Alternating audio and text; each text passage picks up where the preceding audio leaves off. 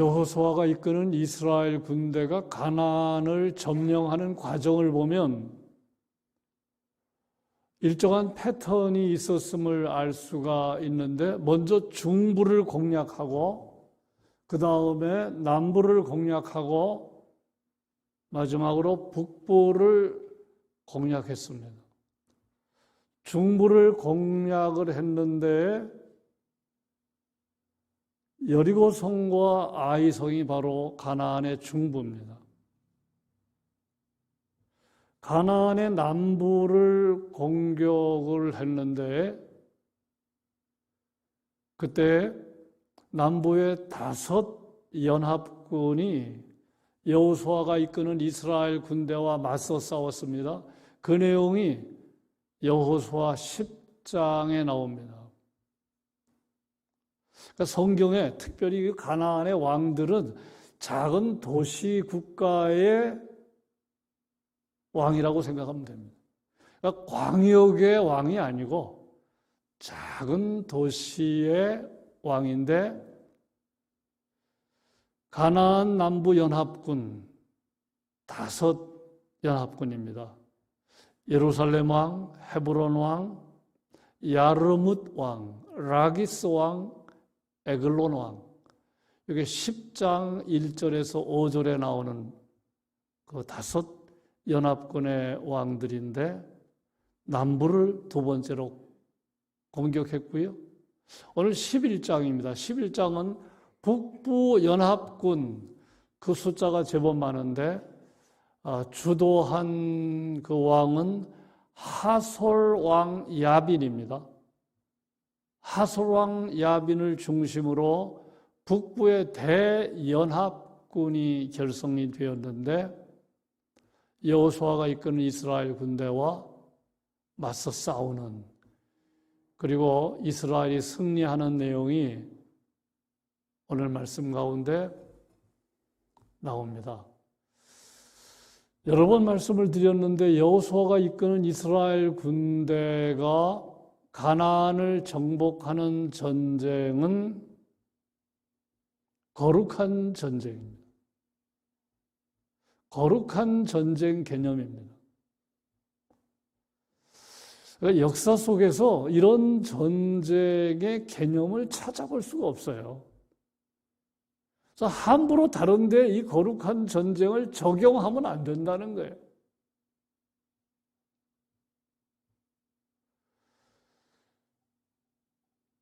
여호수아가 이끄는 이스라엘 군대가 가나안을 정복하는 것은 계산이 안 나옵니다. 계산이 될 수가 없어요. 그런데 우리가 보시는 대로 역사적인 경험, 오늘의 이스라엘 역사가 증명해 주는 바는 계산이 안 되지만 승리했거든요. 왜 승리했을까요? 그것은 하나님이 주도하시는 거룩한 전쟁이었기 때문에, 하나님께서 개입하셨기 때문에, 하나님의 은혜가 있었기 때문에 여호수아가 이끄는 이스라엘 군대가 승리할 수가 있었습니다. 오늘 전쟁도 마찬가지인데요. 첫 번째 생각할 부분은 북부 지역 공략 때도 마찬가지예요. 하나님의 개입이 있었기 때문에 승리한 겁니다. 6절과 20절은 그 점을 말해줘요. 6절은 그 점을 말해주잖아요. 여호와께서 여호수아에게 이르시되 그들로 말미암아 두려워하지 말라. 겉으로 보면 하나님 안 보여요. 하나님께서 여호수아에게 분명히 말씀하셨습니다. 두려워하지 말라. 내일 이맘때 내가 그들을 이스라엘 앞에 넘겨주어 몰살시키리니. 이긴 싸움 싸우는 겁니다. 이긴 싸움 싸우는 거다. 승패를 가늠하지 못하는 전쟁하는 게 아니다. 이긴 싸움 하는 거다. 6절에서 하나님의 개입이 있을 것임을 하나님께서 분명히 말씀하셨죠. 20절도 보시면 그들의 마음이 완악하여 이스라엘을 대적하여 싸우러 온 것은 여호와께서 그리하게 하신 것이라. 그들을 진멸하여 바치게 하여 은혜를 입지 못하게 하시고 여호와께서 모세에게 명령하신 대로 그들을 멸하려 하심이었더라. 그 앞부분 보세요. 그들의 마음이 완악하여 이스라엘을 대적하여 싸우러 온 것은 여호와께서 그리하게 하신 것이라. 하솔왕 야빈이 주도하는 북부의 대연합군이 마음을 완악하게 해서 이스라엘과 싸우려고 한 것은 하나님께서 그들의 마음속에 그런 마음을 주셨다는 거죠. 예. 여기서도 하나님의 개입이 있음을 보게 됩니다. 제가 그 수학적인 그 수학에서 함수 관계를 나타내는 가장 기초가 되는 그 표시가 이거죠. y = fx. 옛날 공부를 하셨을 텐데 y = fx를 제가 묵상해 보니까 오늘 말씀을 준비하면서 y = fx를 묵상해 보니까 저게 신앙과 인생을 잘 설명해 주는 함수더라고요. 저 y는 인생입니다. 인생. 요 F는 우리의 환경입니다. 환경. 여러분과 저의 능력입니다. F는. 요 X는 변수잖아요. 요 X가 변하면서 Y도 변하잖아요. 예? 요게 참 기가 막힙니다. 요게 신앙과 인생을 잘 설명해 주는 함수 관계인데요. X에다가 뭘 집어넣느냐에 따라서 Y가 결정되잖아요. 그렇죠? X에다가 뭘 집어넣느냐. 예를 들면 F가 10이라고 가정해 보세요. 우리의 환경이 10입니다. 여러분과 저의 능력이 10입니다. 그러면 X에다가 2를 넣으면 Y는 10이 되고 X에다가 2를 넣으면 Y는 20이 되고 X에다 3을 넣으면 Y는 30이 되고. 여러분, 인생의 최고 변수는 무엇일까요? 오늘 많은 사람들은 지식이라고 생각하고 재물이라고 생각하고 권세라고 생각하는데 오늘 말씀은 무엇이라고 말합니까? 하나님의 개입이다. 하나님의 은혜다라고 오늘 본문은 말합니다. 이 X에 다시 그 보여주십시오. Y = fx. 예. 요 X에다가 하나님의 은혜가 들어가면, 하나님의 개입이 들어가면 Y는 막 엄청난 변화가 나타나는 거예요. 예.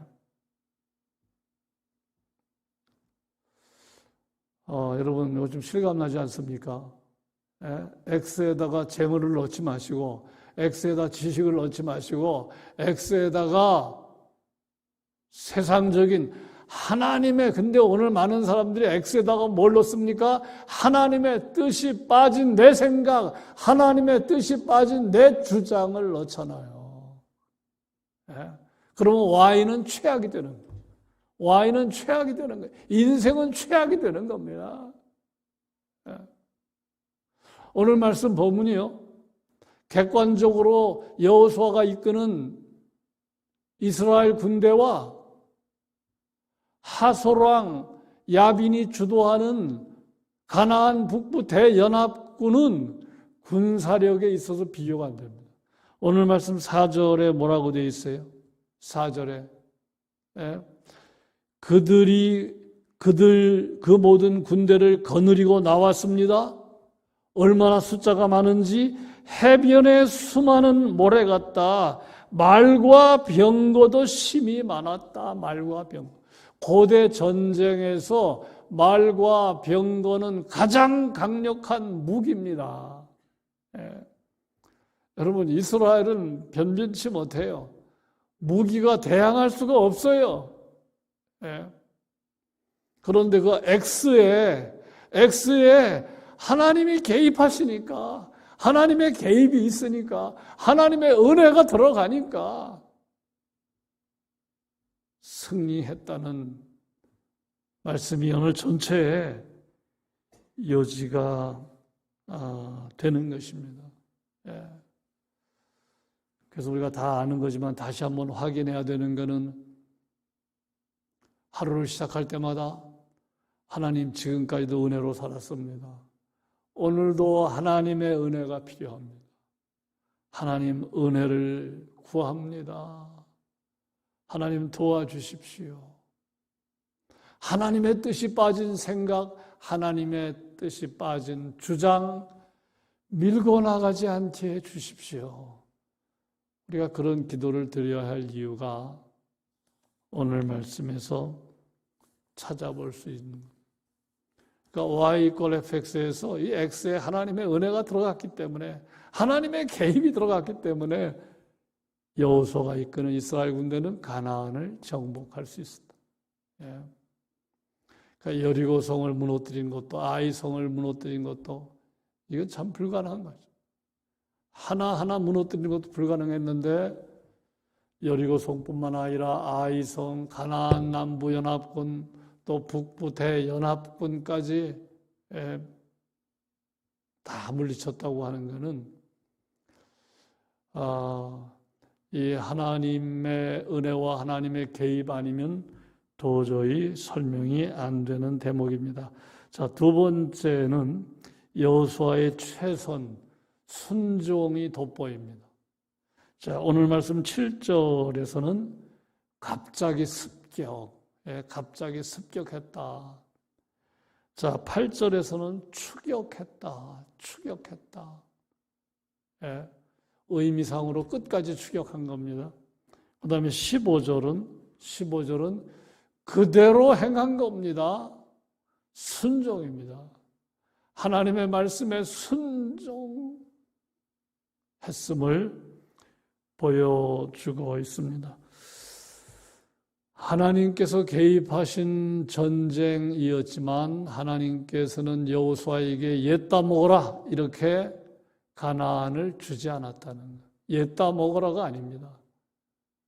하나님이 개입하신 전쟁이었지만, 하나님의 은혜가 있었던 전쟁이었지만 이스라엘의 몫은 최선이었습니다. 이스라엘에게 요구하는 것은 순종이었는데 거기에 여호수아가 이끄는 이스라엘 군대가 부합을 잘한 겁니다. 역할을 잘한 겁니다. 여러분, 우리가 어떠한 환경에 놓이든지 간에 때로는 우리가 힘든 환경에 놓일 때도 있잖아요. 지금 병상에 있는 분들이 그런 분 아닙니까? 경제적으로 어려운 분들이 그런 분 아닙니까? 어떤 경우에는 내가 원치 않는 환경에 놓일 때가 있잖아요. 아플 때가 그때고, 일이 잘 안 풀릴 때가 그때고, 경제적으로 어려울 때, 시련이 막 찾아올 때가 그때 아니겠습니까? 그때 어떤 반응을 보이는 것이 신앙생활이겠습니까? 주어진 환경에서 최선을 다하는 거예요. 하나님의 뜻을 찾으면서 최선을 다하는 거예요.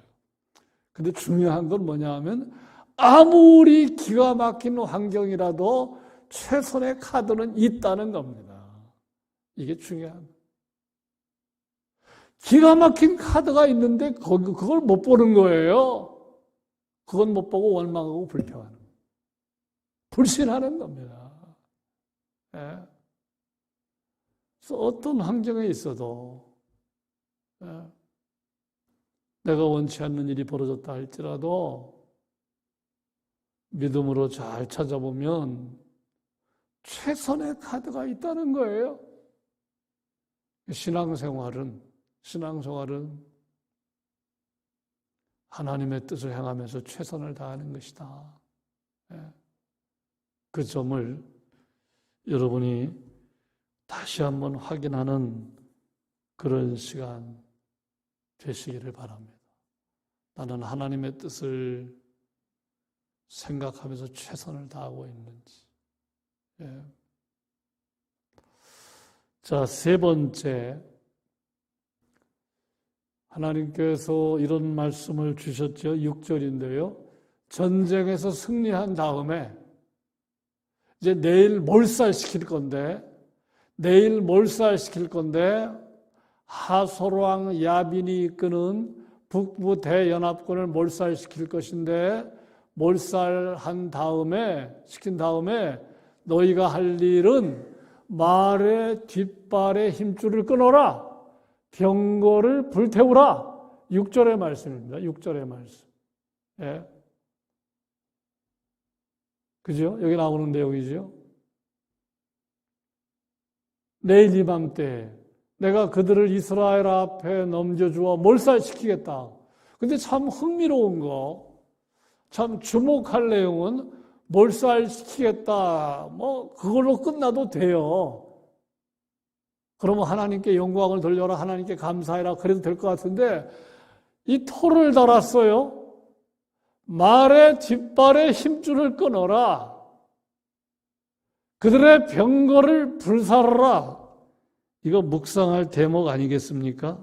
이거 뭘 말하는 것입니까? 앞에서 말씀드린 대로 말과 병거는 고대 전쟁을 수행하는 과정에서 어느 것보다 인간적으로 가장 의지하고 싶은 거잖아요. 맞아요, 틀려요? 전쟁을 수행하는 군사들에게 고대 전쟁에서 가장 의지하고 싶은 게 말과 병거잖아요. 예.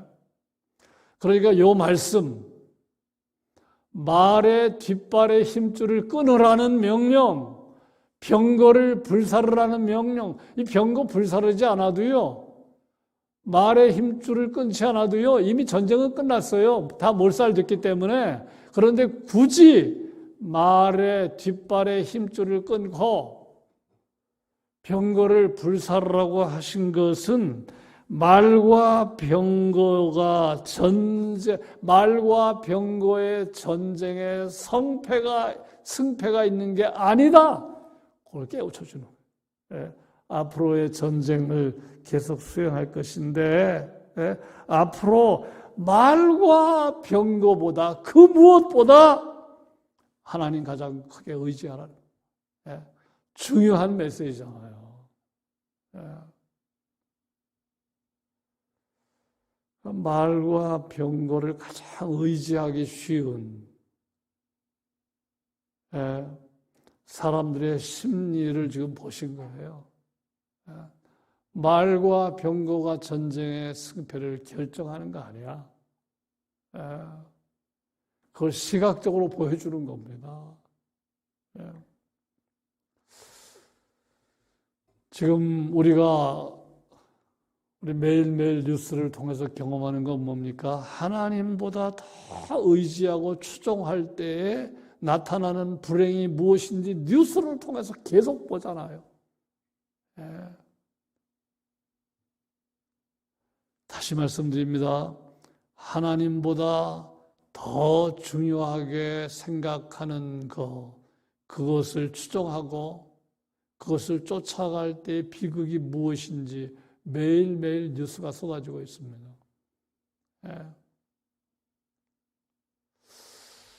그 자세한 수사 결과는 나타나지 않았지만 그 강남 그 역삼동입니까? 그 막 고급 아파트가 질비한 그 동네에 그 시간을 제가 정확하게 기억 못하는데 40대 여자를 그냥 끌고 와가지고 납치해가지고 그냥 바로 그 당일날 죽였다는 거 아닙니까?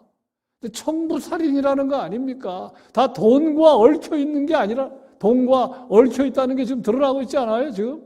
예. 보니까 그 주도자라고 여겨지는 사람은 그 변호사 사무실의 사무장이라고 그러죠. 예. 그럼 법적인 거 다 알 텐데, 예?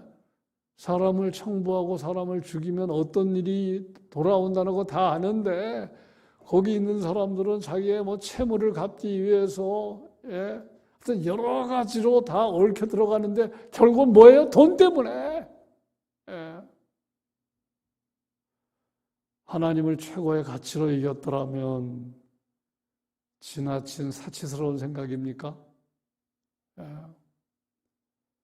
마땅히 하나님보다 더 가치를 두지 말아야 할 것에 가치를 두었을 때의 불행과 비극이 무엇인지 매일매일 뉴스는 여러 가지 각도에서 보도하고 있잖아요.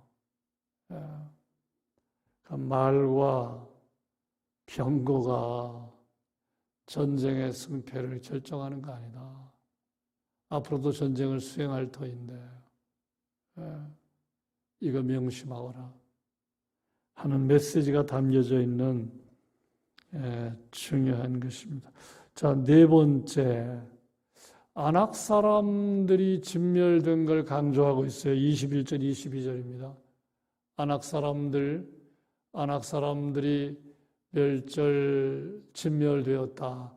이거를 21절, 22절은 유독 강조하고 있는데 안악 사람 하면 떠오르는 장면이 있지요. 무엇입니까?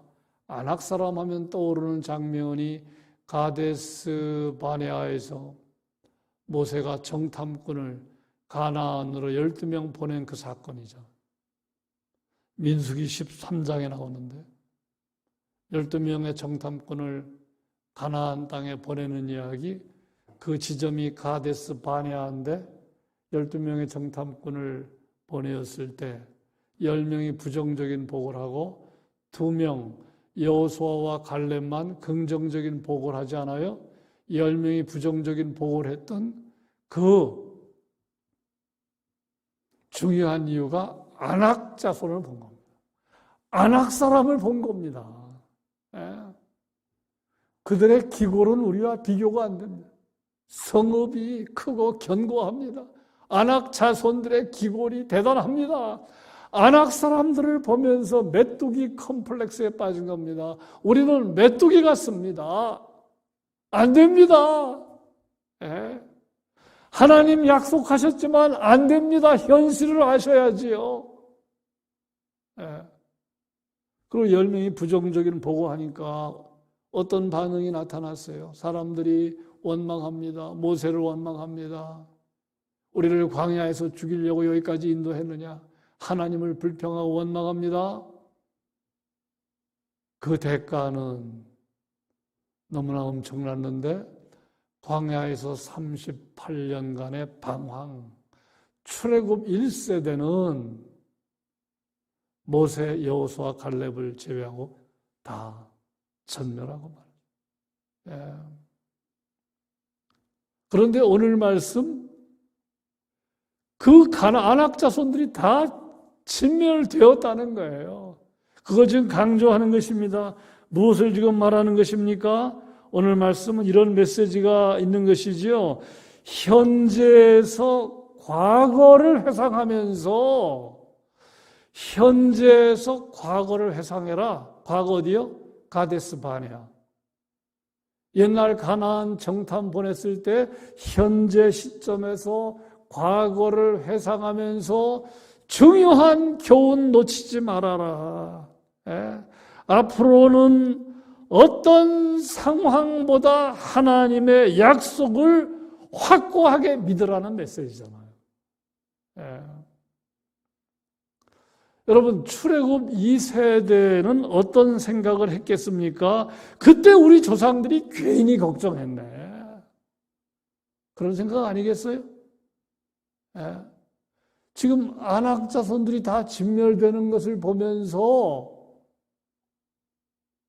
출애굽 2세대 그런 생각 했지요. 그때 우리 조상들이 괜히 걱정했네. 안악 자손 별거 아닌데, 하나님 약속대로 그대로 진멸할 대상인데, 지금 그런 생각하지 않았겠습니까? 그러니까 현재에서 과거를 회상하면서 중요한 교훈을 놓치지 말라. 핵심은 직면한 어떤 환경보다 하나님의 약속을 더 중요하게 여기라는 그 가르침을 주는 것입니다. 이것은 우리에게도 동일하게 적용되는 메시지입니다. 제가 여러 번 말씀을 드렸지만 여러분 한번 지난 날 보세요. 앞이 안 보인 때가 있었죠? 앞이 안 보인 때 없었어요? 지금까지 살아오면서. 예. 근데 하나님의 은혜로 여기까지 온 이 시점에서 우리가 과거를 생각할 때는 어떤 생각이 듭니까? 역시 비슷한 생각 아니겠어요? 그때 괜히 걱정했네. 괜히 두려워했네. 괜히 마음 너무 졸였네. 그런 생각 아니겠습니까? 정말 그랬던 것 같아요. 그것 때문에 우리가 너무너무 걱정을 많이 해서 다 감당할 수 있는 문제인데 너무너무 두려워하고 너무너무 떨고 그런 안타까운 아쉬운 생각이 들잖아요. 그런 교훈을 주는 겁니다. 앞으로 어떤 일도 걱정하지 말아라. 하나님의 약속을 중요하게 여기고 어떤 일도 감당할 수 있다. 그 가르침을 주기 위해서 특별히 안악자손의 진멸을 아주 자세하게 언급하고 있는 것입니다. 다섯 번째로 온 땅을 점령하여 이스라엘 지파의 구분에 따라 기업으로 주매 그 땅의 전쟁이 그쳤더라. 그래서 오늘 말씀 23절을 보면 이 정복이 완료가 된 느낌을 받습니다. 그런데 성경을 계속 보시면 상반된 내용을 발견하는데 13장 1절에 당장 나옵니다. 13장 1절을 보십시오. 13장 1절. 한번 그대로 찾아보세요. 13장 1절 한 장만 넘기시면 되는데 뭐라고 되어 있습니까?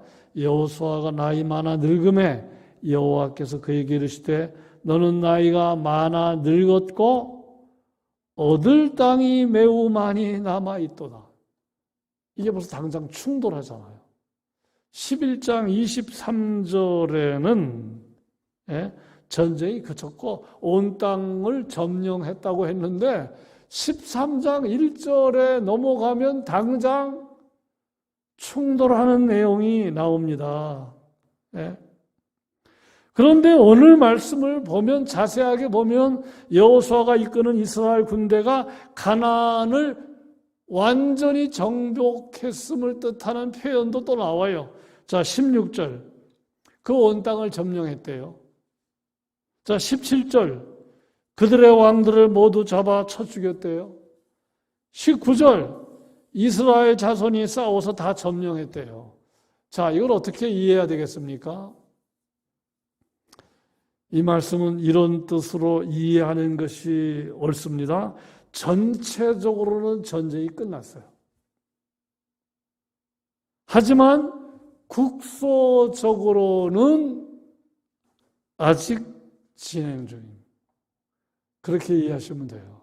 그러니까 전체적으로는 정복이 끝났어요. 그러나 부분적으로는 아직 전쟁, 정복할 땅이 있는 겁니다. 여러분 이해가 되십니까? 이 영어로 already 이미입니다. 이미.